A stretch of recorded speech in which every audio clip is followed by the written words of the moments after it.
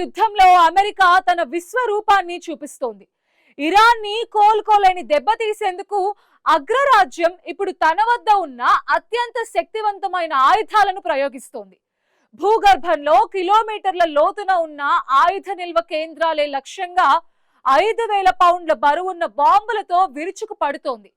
19 రోజుల్లోనే ఇరాన్ రక్షణ వ్యవస్థని కుప్పకూల్చామని, ఆ దేశ వాయుసేన, నౌకాదళం దాదాపు అంతమయ్యాయని అమెరికా సైనిక ఉన్నతాధికారులు ప్రకటించారు. మరోవైపు యుద్ధం చేస్తూనే ప్రపంచ చమురు మార్కెట్ను కాపాడుకునేందుకు ఇరాన్ చమురుపై ఆంక్షలను సడలించేందుకు ట్రంప్ ప్రభుత్వం సిద్ధమైంది.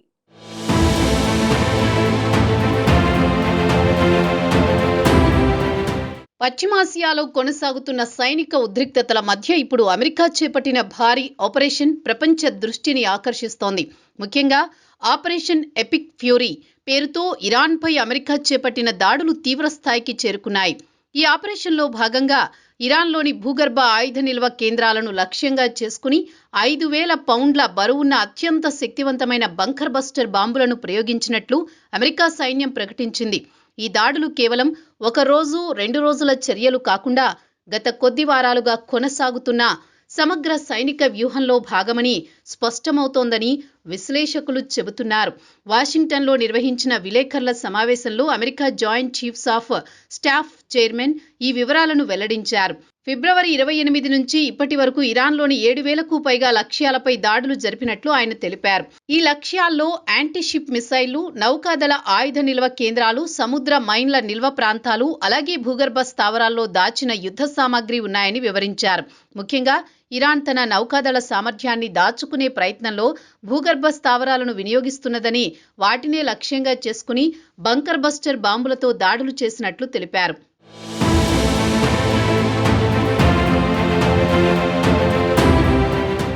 ఈ దాడుల ప్రభావం కూడా గణనీయంగానే ఉన్నట్లు అమెరికా వెల్లడిస్తోంది. 120కి పైగా యుద్ధ నౌకలు ధ్వంసమయ్యాయని, 44 మైన్ లేయర్లు నాశనమయ్యాయని అమెరికా సైన్యం పేర్కొంది.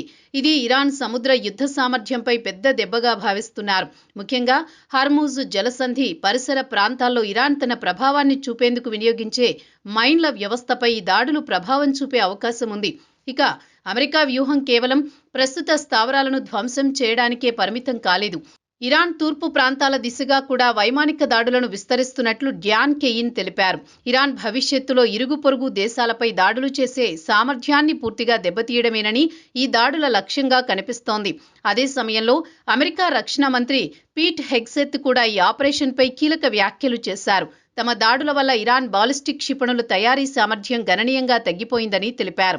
ఈ ఘర్షణ ప్రారంభమైనప్పటి నుంచి ఇప్పటి వరకు అమెరికా సైనిక స్థావరాలపై ఇరాన్ దాడులు 90% తగ్గాయని పేర్కొన్నారు. ఈ ఆపరేషన్ కేవలం దాడి మాత్రమే కాకుండా ఇరాన్ ప్రతిస్పందన కూడా తగ్గించేలా ప్రభావం చూపిందని అమెరికా భావిస్తోంది.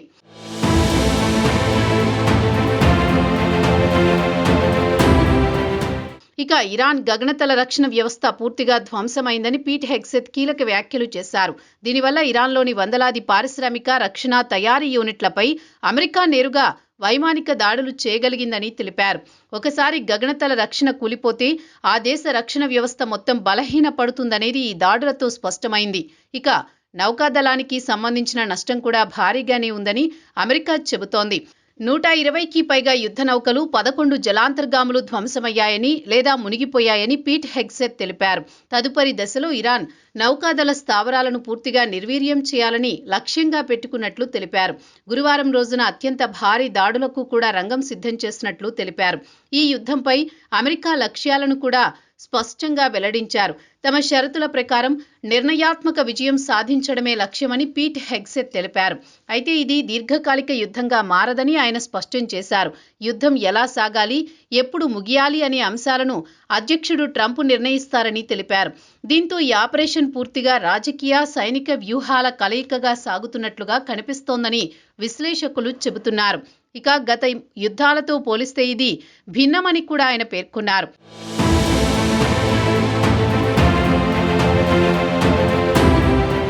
ఇదే సమయంలో యుద్ధానికి సంబంధించిన ఆర్థిక అంశాలు కూడా ఇప్పుడు చర్చనీయాంశంగా మారుతున్నాయి.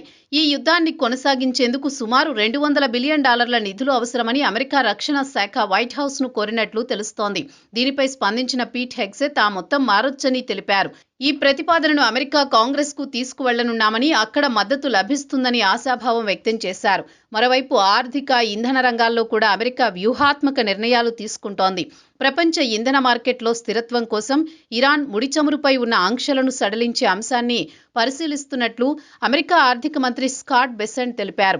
యుద్ధం ఒకవైపు కొనసాగుతూ ఉండగా మరోవైపు ఇంధన సరఫరాను నిలబెట్టేందుకు ఇలాంటి నిర్ణయాలు తీసుకోవడం వ్యూహాత్మకంగా కనిపిస్తోంది. దాదాపు 140 మిలియన్ బ్యారెళ్ల ఇరాన్ ముడి చమురు ఈ మినహాయింపు పరిధిలోకి వచ్చే అవకాశం ఉందని ఆయన పేర్కొన్నారు.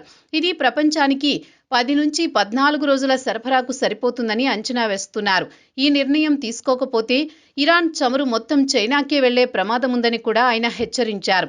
రష్యా చమురుపై కూడా ఆంక్షలు సడలించిన విషయాన్ని గుర్తు చేస్తూ ప్రపంచ ఇంధన సరఫరాలో సమతుల్యత తీసుకురావడమే లక్ష్యమని తెలిపారు. రష్యా నుంచి 130 మిలియన్ బ్యారెళ్ల సరఫరా రావడం, హర్మూజ్ మార్గంపై ఆధారపడాల్సిన అవసరం కొంత తగ్గుతుందని పేర్కొన్నారు.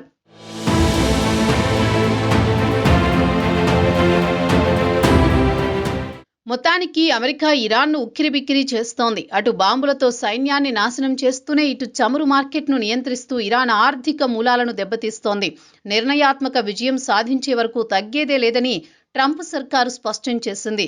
ఈ యుద్ధం పశ్చిమాసియా ముఖ చిత్రాన్ని ఎలా మారుస్తుందో వేచి చూడాలి.